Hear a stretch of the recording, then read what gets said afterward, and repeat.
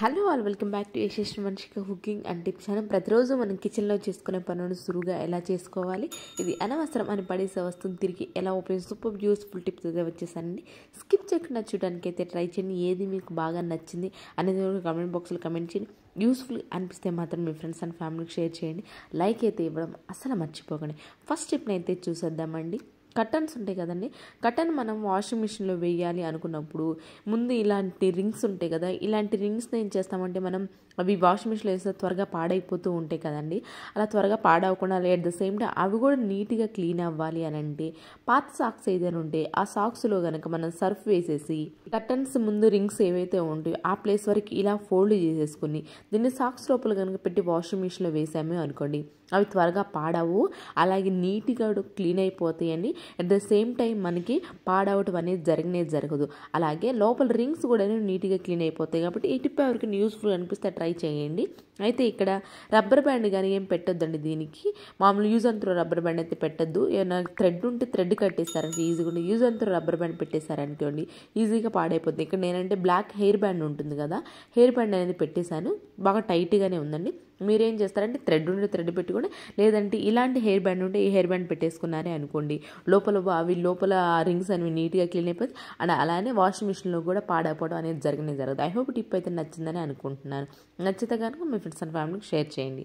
Next tip వచ్చేసి combs ఉంటాయి కదా, కోమ్స్ మనం ఒక్కసారైనా సరే మంత్లీ వన్స్ అయినా సరే మనం రెగ్యులర్గా హెడ్ బాత్ చేసినప్పుడు ప్రతిసారి రెగ్యులర్గా బ్రష్ వాష్ చేస్తూ ఉంటాం కదా, అయితే షాంపూతో కనుక మీరు మంత్లీ వన్స్ అయినా సరే ఇలా క్లీన్ చేశారంటే మాత్రం ఏంటి అంటే డాండ్రఫ్ అనేది కొంతమంది హెయిర్కి ఉంటూనే ఉంటుంది కదా, అలాంటప్పుడు ఇలా కనుక మీరు మంత్లీ వన్స్ అయితే క్లియర్ చేస్తారంటే మాత్రం నీట్గా డాండ్రఫ్ అనేది ఉండదండి. మనం ఎంత రెగ్యులర్గా బ్రష్తో క్లీన్ చేసినా కానీ డాండ్రఫ్ అనేది ఎక్కడో దగ్గర కొంచెం అయితే బ్రష్లో ఉంటుందండి. అలాంటప్పుడు మనం డాండ్రఫ్ నీట్గా పోవాలి, అలానే మంత్లీ వన్స్ అని సరే నీట్గా క్లీన్ చేసుకోవాలి అనుకున్నప్పుడు మనకు ఒక వాటర్ తీసుకొని వాటర్లో ఒక గ్లాస్ వాటర్లో షాంపూ ఉంటుంది కదండి, షాంపూ వేసి ఒక అరగంట పాటు ఇలాగ బ్రష్లన్నీ నానబెట్టేసి వదిలేసేయండి. అరగంట తర్వాత కనుక మీరు పాత బ్రష్ ఏదైతే ఉందో ఆ పాత బ్రష్ నీట్గా క్లీన్ చేశారంటే మాత్రం నీట్గా డాండ్రఫ్ అనేది ఏమీ లేకుండా ఉంటుందండి, నీట్గా అయితే క్లియర్ అయిపోతుంది. ఇలాంటి టిప్స్ ట్రిక్స్ మన ఛానల్లో చాలా ఉన్నాయండి. ఇవే కదా ప్రీవియస్ వీడియోస్లోకి వెళ్ళండి, చూడండి. మీకు నచ్చితేనే సబ్స్క్రైబ్ చేసుకోండి అండ్ యూస్ఫుల్గా అనిపిస్తే మాత్రం మీ ఫ్రెండ్స్ అండ్ ఫ్యామిలీకి షేర్ చేయడం అసలు మర్చిపోకండి. ఇక్కడ నేను నీట్గా క్లీన్ చేస్తాను, షాంపూ తర్వాత వాటర్తో నీట్గా క్లీన్ చేస్తాను, నీట్గా క్లీన్ అయిపోతాయి. అండ్ నెక్స్ట్ టిప్ వచ్చేసి ఒక స్ప్రే బాటిల్ ఉంటుంది కదా, ఆ స్ప్రే బాటిల్ తీసుకొని దానిలో లైజాల్ ఉంటుంది కదా, లైజాల్ని అయితే కొంచెం వేసేది, దానిలోనే వెనిగర్ ఉంటుంది కదా, వెనిగర్ని అయితే కొంచెం కూడా వేసేసేయండి. దీని లోపలే బేకింగ్ సోడా ఉంటుంది కదండి, బేకింగ్ సోడాని కూడా కొంచెం వేసేసి దీనిపైన క్యాప్ పెట్టొద్దండి, ఎందుకంటే మనం బేకింగ్ సోడా ప్లస్ వెనిగర్ కలిపి ఫోమ్ అయితే వస్తుంటుంది కాబట్టి క్యాప్ ఏం పెట్టకుండా అలా వదిలేసేయండి.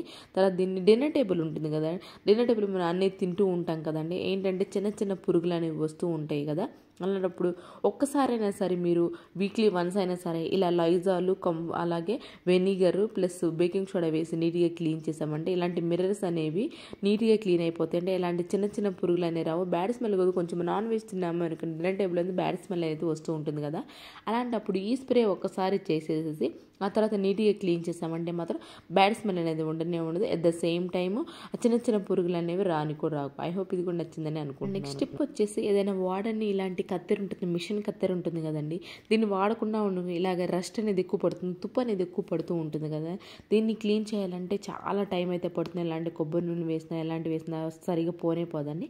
అలాంటప్పుడు సింపుల్గా మన హార్పిక్ ఉంటుంది కదండి, మీరు హార్పిక్ అనకండి చాలా నీట్గా క్లీన్ అయిపోతుంది. ఈ హార్పిక్ కనుక కొంచెం దాని సిజర్ ఏదైతే మన కత్తెర పాడైపోయిందో తుప్పు అనేది పట్టిందో దానిపైన వేసేసి అరగంట పాటు వదిలేసేయండి. అరగంట పాటు తర్వాత మన స్టీల్ స్క్రబ్బర్ ఉంటుంది అండి, స్క్రబ్బర్తో కానీ నీట్గా క్లీన్ చేసామంటే ఆ రస్ట్ తుప్పు అనేది ఏదైతే ఉందో అదైతే నీట్గా క్లీన్ అయిపోతుందండి.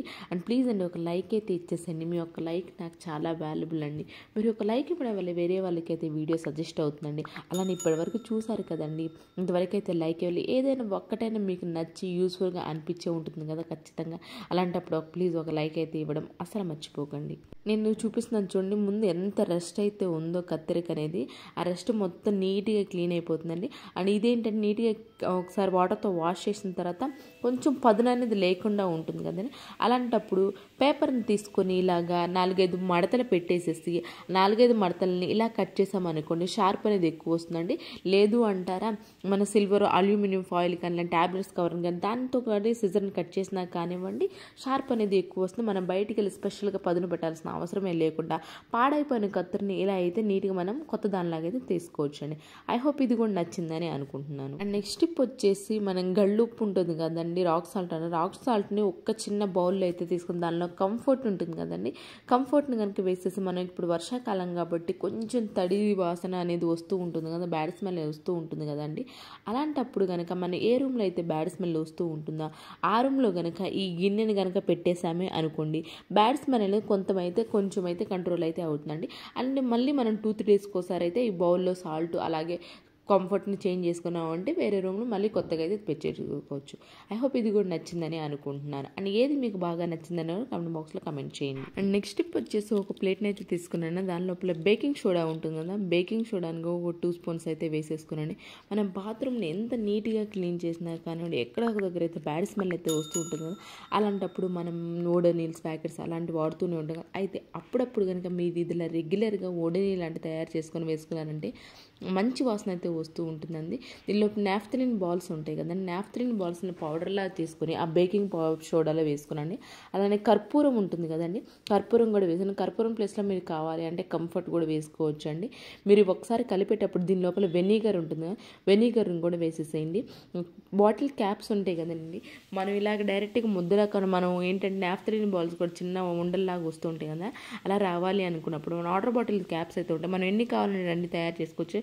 మనం 2 బాత్రూమ్స్ 2 చేసుకోవచ్చు కాబట్టి నేనైతే 2 అయితే చేసుకున్నాను. దీన్ని ఫ్రిడ్జ్ లోపల పెట్టేసేసి ఒక 4-5 గంటల పాటు వదిలేసేయండి. లేదు అంటారా ఎండ బాగా వస్తూ ఉంటుంది కదండి, ఎండ వచ్చేటప్పుడు కూడా 4-5 అవర్స్ ఎండలో పెట్టామంటే మంచి ఎండలో పెట్టామంటే మాత్రం బాగా గడ్డలాగా కట్టిపోతుందండి. ఇప్పుడు వర్షాకాలం కాబట్టి ఎక్కువ ఎండ అనేది లేదు కాబట్టి మనం ఫ్రిడ్జ్లో ఒక 4-5 అవర్స్ ఉంటే సరిపోతుందండి. ఇలా గడ్డలాగా కట్టిపోతుంది. దీన్ని కనుక ఫ్లష్ ట్యాంక్లో కనుక వేసామనుకోండి మనం ఫ్లష్ చేసిన ప్రతిసారి కూడా మన బాత్రూమ్ అనేది నీట్గా క్లీన్ అయిపోతుంది. అట్ ద సేమ్ టైం మంచి వాసన అయితే వస్తూ ఉంటుందండి. ఎవరికైనా న్యాచురల్గా ఇంట్లో ఓడిని ఇలాంటి తయారు చేసుకోవాలి, రెగ్యులర్గా ఓడిని లేదు అయిపోయింది అనుకున్నప్పుడు మాత్రం ఈ టిప్ కనుక మీరు ట్రై చేశారంటే బాత్రూమ్ అనేది నీట్గా క్లీన్ అయిపోతుంది. అట్ ద సేమ్ టైం మంచి వాసన అయితే వస్తూ ఉంటుంది. ఐ హోప్ ఇది కూడా నచ్చిందని అనుకో. మనం ఏంటంటే నాప్థలిన్ బాల్స్ వేస్తూ ఉంటాం కదా, అలాంటి ప్లేస్లో కనుక మరి ఇది కనుక మనం తయారు చేసుకుని వేసుకున్నాం అంటే మంచి వాసన అయితే వస్తూ ఉంటుంది. అండ్ ప్లీజ్ పక్కన బెల్స్ మీద అయితే యాక్టివేషన్లో ఉంచుకున్నాను, వీడియోస్ పెట్టిన వెంటనే మిగతా నోటిఫికేషన్ ఆన్ అయిపోతుంది. అండ్ నెక్స్ట్ టిప్ వచ్చేసి పిల్లలకి మనం ఇలాంటి టిక్టాక్స్ అనేవి కనిపిస్తూనే ఉంటాం కదండి, వీటిని ఏంటంటే తినేసిన తర్వాత పిల్లలు పడేస్తూ ఉంటారు కదా, అయితే మనం దీన్ని కూడా ఈరోజు ఎలా రీయూజ్ అయితే చేసుకోవాలో చూద్దామండి.